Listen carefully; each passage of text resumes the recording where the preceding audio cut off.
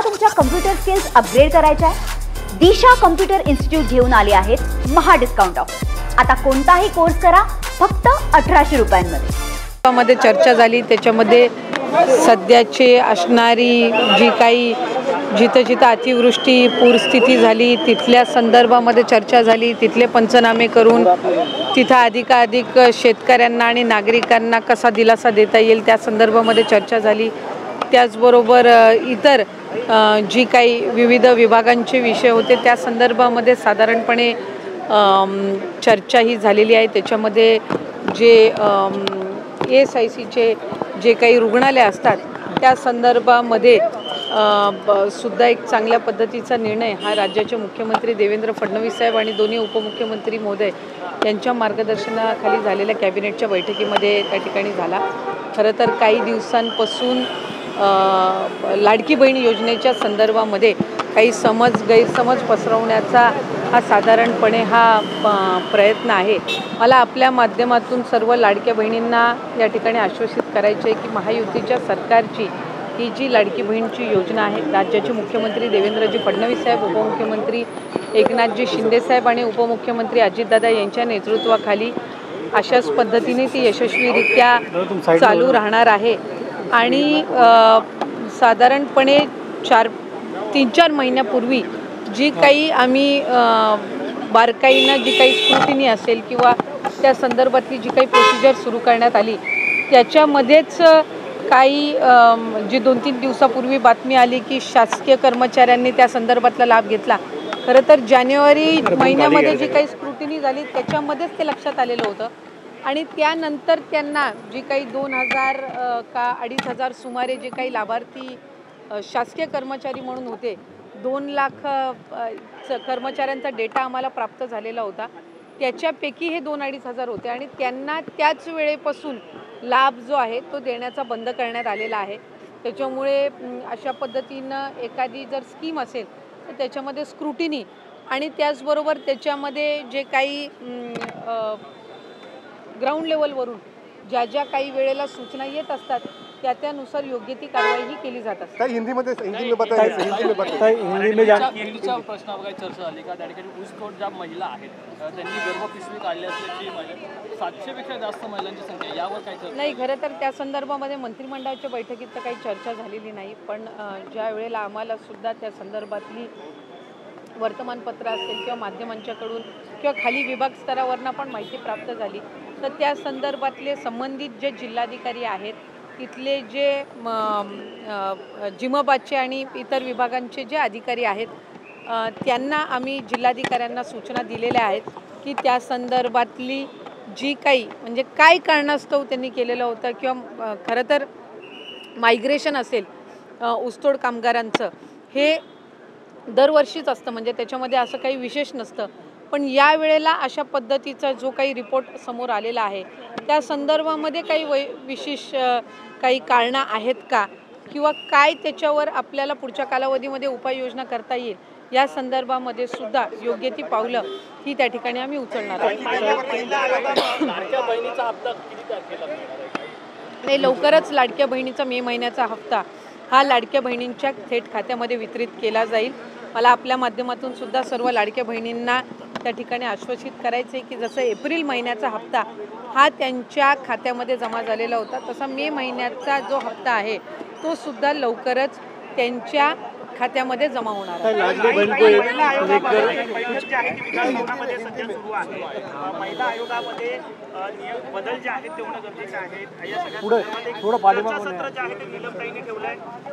नाही, साधारणपणे खरं तर मी सुद्धा गेल्या आठवड्यामध्ये त्या संदर्भातली बैठक ही आयोजित केलेली होती, पण आपल्याला सगळ्यांना माहिती आहे की गेल्या आठवड्यामध्ये अतिवृष्टी आणि बऱ्याचशा ठिकाणी पूर परिस्थिती होती आणि बऱ्याचशा ठिकाणी रेड अलर्ट आणि ऑरेंज अलर्ट दिलेलं होतं। त्याच्यामुळे आम्हाला प्रत्येक ठिकाणीचे स्थानिक अधिकारी आणि त्याचबरोबर महिला आयोग संबंधितले जे काही अधिकारी आणि त्यांचे सदस्य आणि वेगवेगळ्या ज्या सामाजिक संस्था आहेत यांना आमंत्रित करता आलेलं नव्हतं। आज उपसभापती नीलमताईंनी त्या संदर्भातली बैठक आयोजित केलेली आहे आणि त्याच्यामध्ये त्यांनी सुद्धा विविध ज्या काही सामाजिक सेवाभावी संस्था आहेत त्यांना आमंत्रित केलेलं आहे। महिला आयोगच्या अध्यक्षा इतर काही त्यांच्यासोबत निगडीत असणारे जे काही अधिकारी आहेत ते त्या बैठकीला उपस्थित राहतील। त्याच्यातून ज्या काही सूचना येतील त्या निश्चितपणाने विभाग म्हणून आमच्याकडे सुद्धा येतील आणि आम्ही विभाग म्हणून त्या शासन स्तरावर सादर करू। त्याच्यामध्ये जर त्यांनी काही आणखीन सूचना दिल्या, काही बदल काही सुचवले, कारण महिला आयोगचे जे काही नियम निकष किंवा त्यांच्या संदर्भातली जी काही प्रक्रिया आहे याच्यामध्ये जर आत्ता काळानुसार जर काही बदल करण्याची आवश्यकता असेल आणि तशा काही सूचना जर आजच्या बैठकीतून आल्या तर निश्चितपणाने विभाग स्तरावर सुद्धा आम्ही त्याची बैठक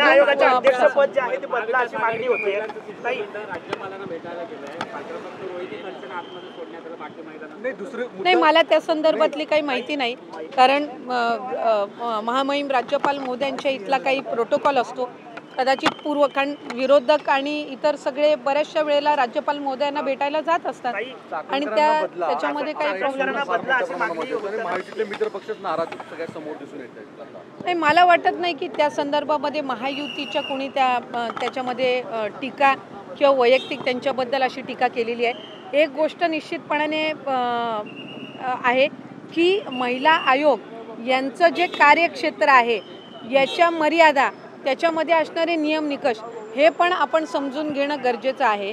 त्याच्यामुळे कालांतराने जर त्याच्यामध्ये काही बदल करणं अपेक्षित असेल तर त्याच्या संदर्भातल्या सूचना आता उपसभापती नीलमताई असतील किंवा विविध जे काही महायुतीचे सुद्धा पदाधिकारी असतील किंवा विरोधक असतील यांच्याकडनंही सुचवण्यात जे येतील ते शासन स्तरावर निश्चितपणाने सादर करण्यात येतील आणि मग त्या संदर्भातला योग्य तो निर्णय आहे तो राज्याचे मुख्यमंत्री देवेंद्रजी फडणवीस साहेब असतील, जे गृहमंत्री सुद्धा आहेत, त्याचबरोबर उपमुख्यमंत्री शिंदे साहेब असतील आणि अजितदादा असतील, मंत्रिमंडळातील इतर सहकारी असतील, यांच्या मार्गदर्शनाखाली घेण्यात येईल। लाडली बहीण योजना को लेकर कायद्याचा पालकमंत्री हा विषय जो येतोय, क्राईम रेशो जर आपण महिलांचा बघितला तर मुंबई पोलीस आयुक्त कार्यालयातून जी माहिती पुढे आलेली आहे त्याच्यामध्ये मागच्या 4 महिन्यामध्ये 5 विवाहित महिलांनी मुंबईमध्ये सुसाईड केला असल्याचं आकडा पुढे येतोय।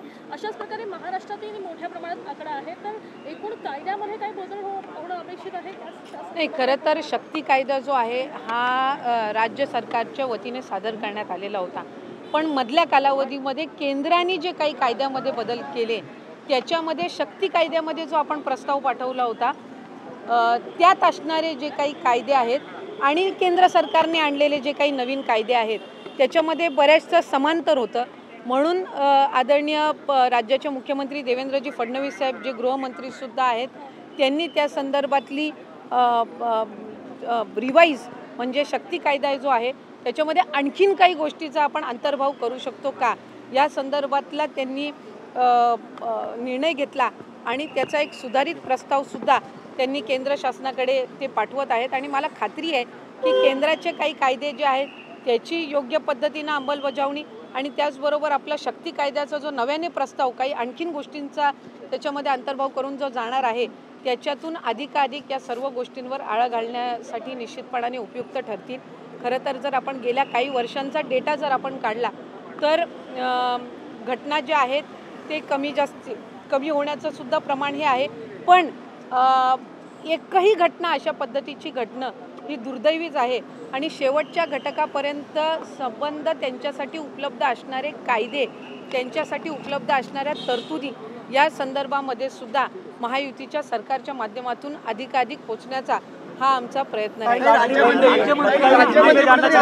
राज्यमंत्री कुठेतरी नाराज झालेले दिसत आहेत, त्यांचे जे अधिकार आहेत ते देण्यात आलेले नाही। मला वाटतं त्या संदर्भामध्ये राज्याचे मुख्यमंत्री देवेंद्रजी फडणवीस साहेब, आमचे दोन्ही उपमुख्यमंत्री शिंदे साहेब, अजितदादा हे त्या संदर्भामध्ये योग्य तो निर्णय जो आहे किंवा त्या संदर्भामधल्या योग्य त्या सूचना ज्या आहेत मला तुमच्या कम्प्युटर स्किल्स अपग्रेड करायच्या आहे?